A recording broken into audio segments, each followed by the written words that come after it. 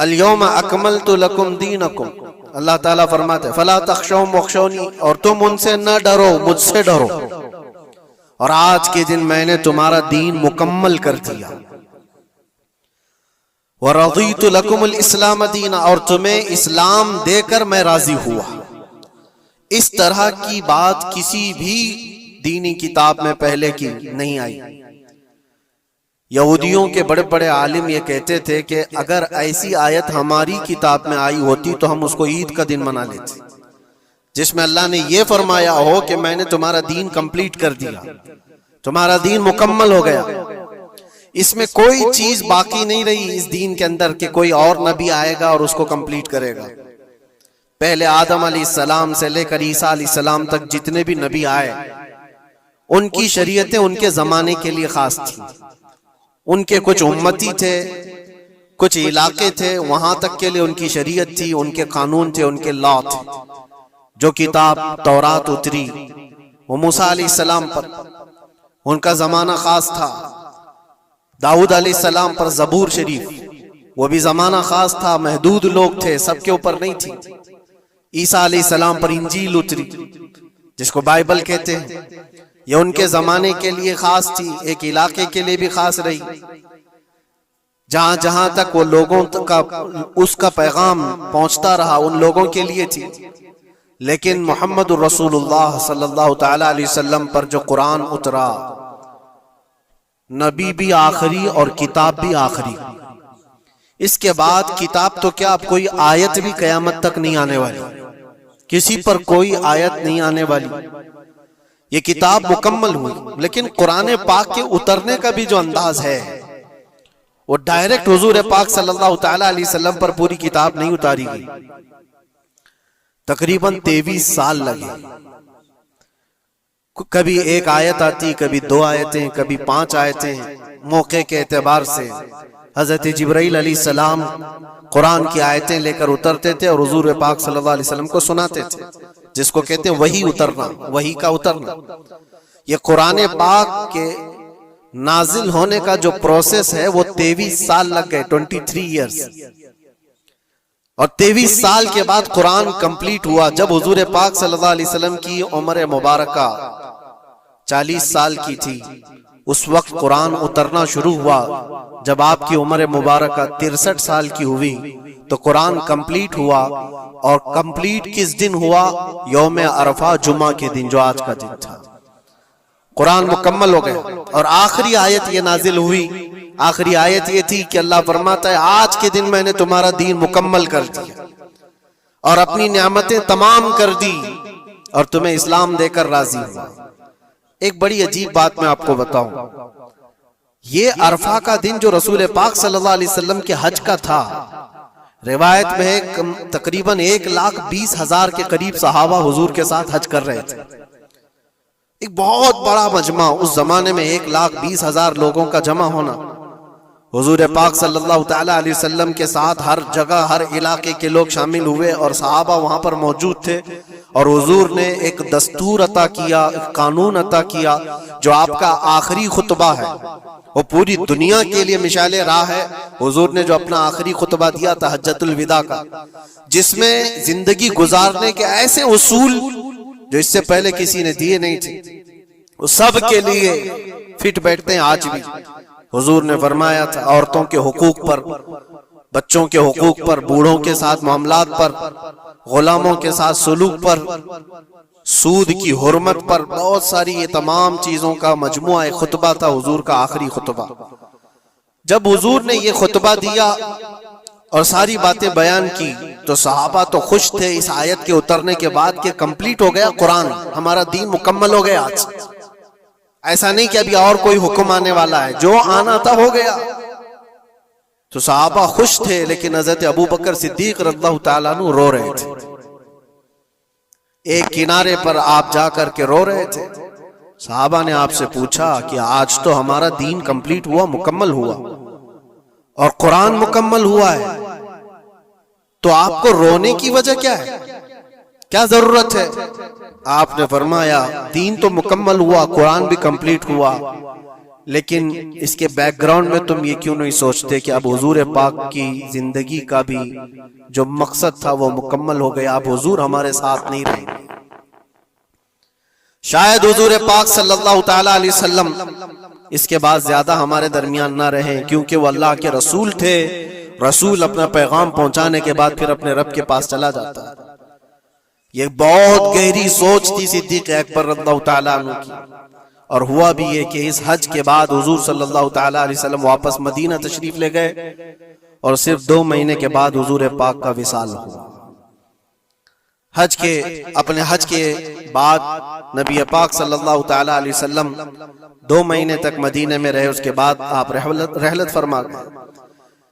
آج بتانا یہ ہے کہ یہ دن ایسا ہے عرفہ کا جو ہیبت طاری کرتا ہے۔ قرآن کہتا ہے الیوم یئس الذین کفروا من دینکم، آج کے دن کفار تمہارے دین سے مایوس ہو گئے کہ کچھ نہیں بگاڑ پائیں گے اس دین کا، جو کرنا تھا سب کر کے دیکھ لیں گے۔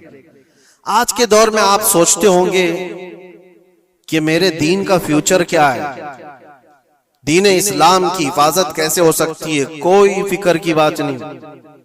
قرآن پاک 1400 سال پہلے یہ بیان کر رہا ہے، کافر مایوس ہو چکے، کچھ نہیں کر سکیں گے، کچھ نہیں کر سکیں گے، تمہارے دین سے مایوس ہو گئے۔ اور پھر رب تعالیٰ اس کے فوراً بعد فرماتا فلا تخشوہم واخشونی، تم ان سے مت ڈرا کرو، مجھ سے ڈرو۔ اللہ اس دین کا حافظ اور ناصر و مددگار ہے۔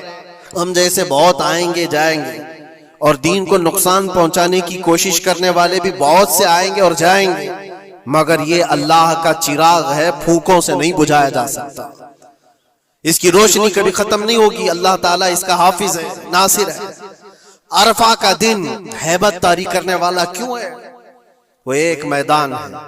سنو حدیث پاک، اللہ کے نبی صلی اللہ تعالیٰ علیہ وسلم کیا فرماتے ہیں؟ عن جابر رضی اللہ تعالیٰ عنہ قال قال رسول اللہ صلی اللہ علیہ وسلم ما من یوم افضل عند اللہ من یوم عرفہ ينزل اللہ الى السماء الدنیا فیباہی بأہل الارض اہل السماء فیقول شغثا غبرا ضاحین جاؤوا من کل فج عمیق یرجون رحمتی فلم یروا عذابی فلم یرى یوم اکثر عتقا من النار من یوم عرفہ او کما قال رسول اللہ صلی اللہ علیہ وسلم۔ حضرت جابر رضی اللہ تعالیٰ عنہ فرماتے، حضور صلی اللہ علیہ وسلم فرماتے ہیں عرفہ کے دن سے زیادہ افضل کوئی دن اللہ کے نزدیک میں نے نہیں دیکھا، آج کے دن سے زیادہ افضل دن دیکھا نہیں۔ اللہ تبارک و تعالی آسمان والوں کو بتا کر کے زمین والوں پر فخر فرماتا ہے۔ یہ زمین والے کون ہیں؟ ہم لوگ۔ زمین والوں کو دکھا کر اللہ تبارک و تعالی فخر فرماتا ہے ملائکہ کے سامنے، اور یوں ارشاد فرماتا ہے یہ دیکھو بکھرے بالوں سے پراگندہ چہرے کے ساتھ تھکان میں چور، سورج کی تمازت اور چلچلاتی دھوپ کو سہتے ہوئے میرے دربار میں کھڑے ہیں۔ اے ملائکہ یہ چاہتے کیا ہے؟ دیکھو یہ سب کے سب پکار رہے ہیں لبیک اللہم لبیک، اے اللہ میں حاضر ہوں، اے اللہ میں حاضر ہوں۔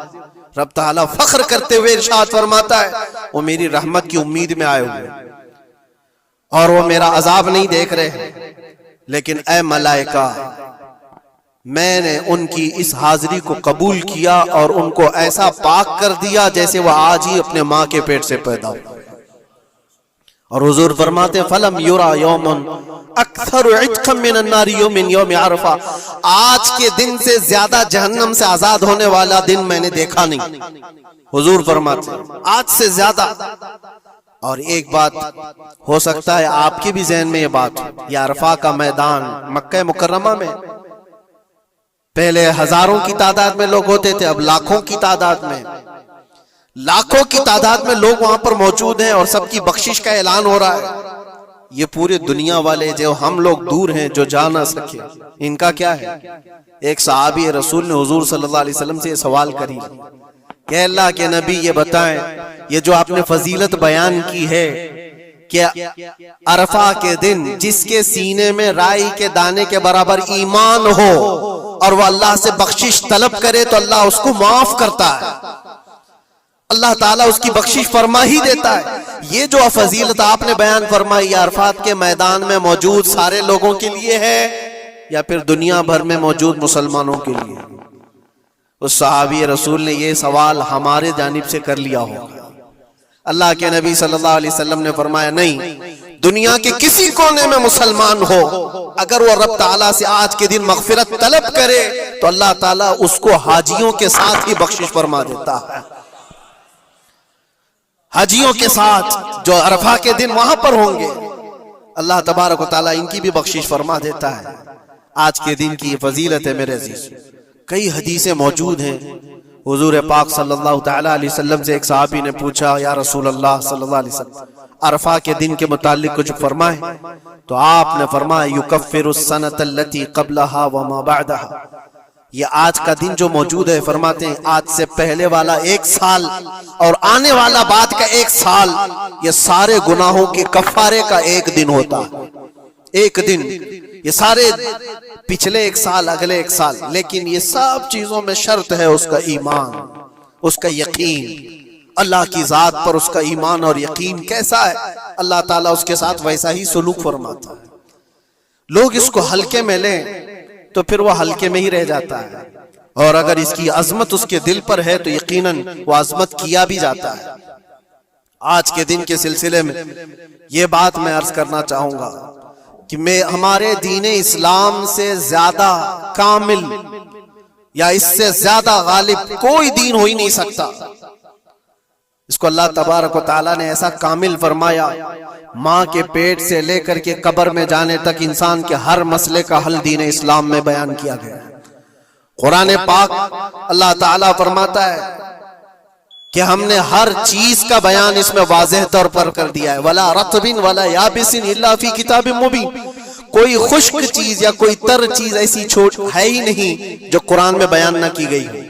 ہر چیز رب تبارک و تعالیٰ نے وضاحت کے ساتھ بیان فرمایا، اور رب تعالیٰ نے یہ بھی فرمایا کہ ہم نے اے محبوب ہر چیز کا واضح بیان آپ پر اتارا ہے۔ ساری چیزیں جو کمپلیٹ ہیں ہمارے دین کے اندر، لوگوں کو ایسا لگتا ہے کہ دین اس میں کچا ہے اس میں کچا ہے، جو غیر مسلموں کی طرف سے اعتراضات ہیں۔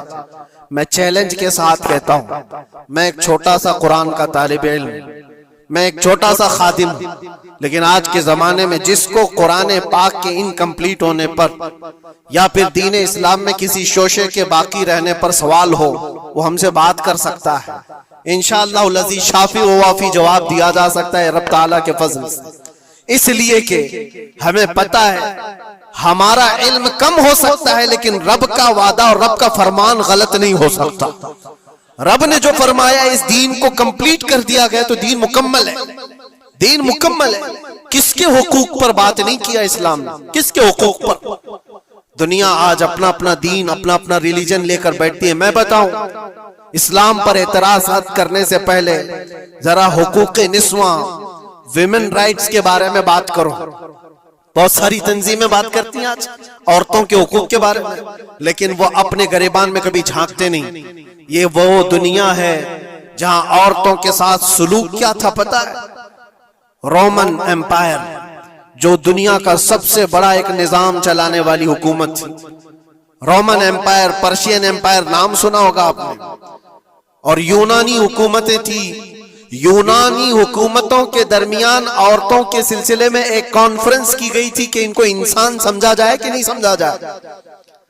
عورتوں کو جب بازاروں میں لایا جاتا تھا تو 5 زنجیریں ان کے جسم پر ڈال کر لاتے تھے، 2 ہاتھوں میں، 2 پیروں میں اور 1 گلے میں۔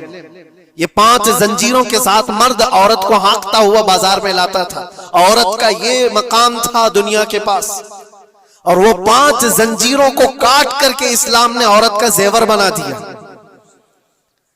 عورتوں کے حقوق پر بات کرنے والی بہت ساری تنظیمیں، ذرا تاریخ پڑھ کر کے دیکھو۔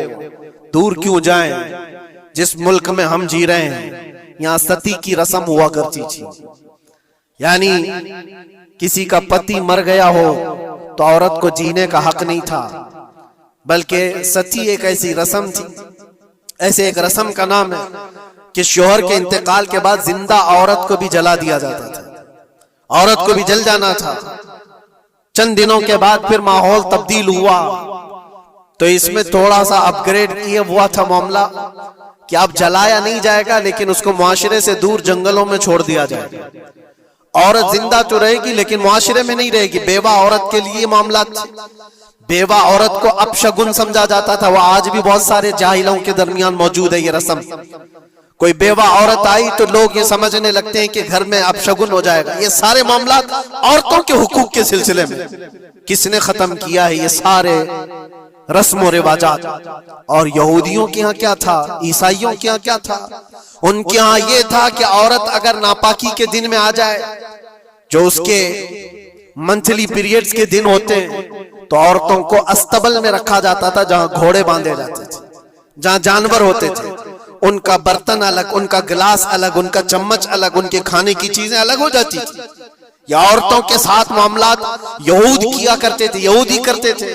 آج پوری دنیا میں یہ اعتراضات اٹھائے جاتے ہیں کہ اسلام عورتوں کو چار دیواری کے اندر رکھتا ہے۔ ظالموں، تمہیں پتہ نہیں یہ اسلام ہی ہے جس نے جنت کو عورت کے قدموں کے نیچے رکھا۔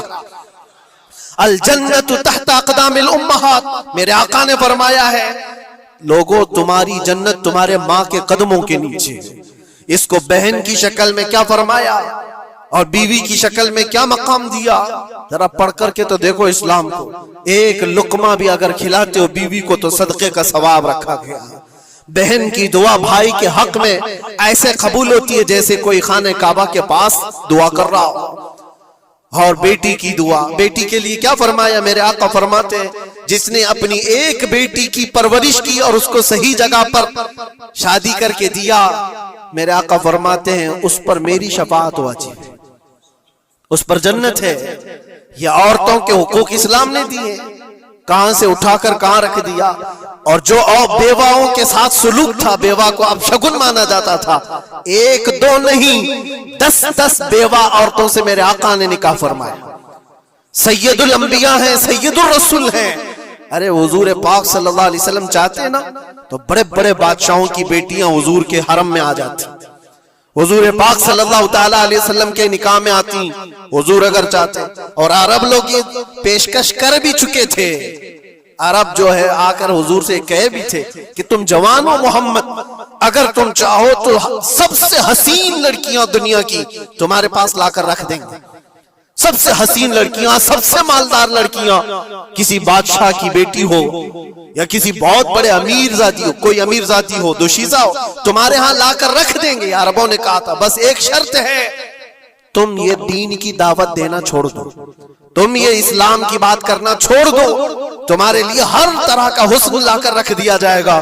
میرے آقا نے ان کی اس پیشکش کو ٹھکرا کر کے 25 سال کی عمر میں 40 سال کی بیوہ سے نکاح فرمایا تھا۔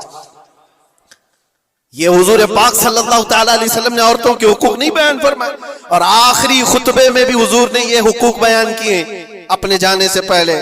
عورتوں کے معاملات میں میں تم کو اللہ سے ڈراتا ہوں کہ ان کے ساتھ حسن سلوک کرو۔ اسلام میں کوئی چیز باقی نہیں چھوڑی حضور۔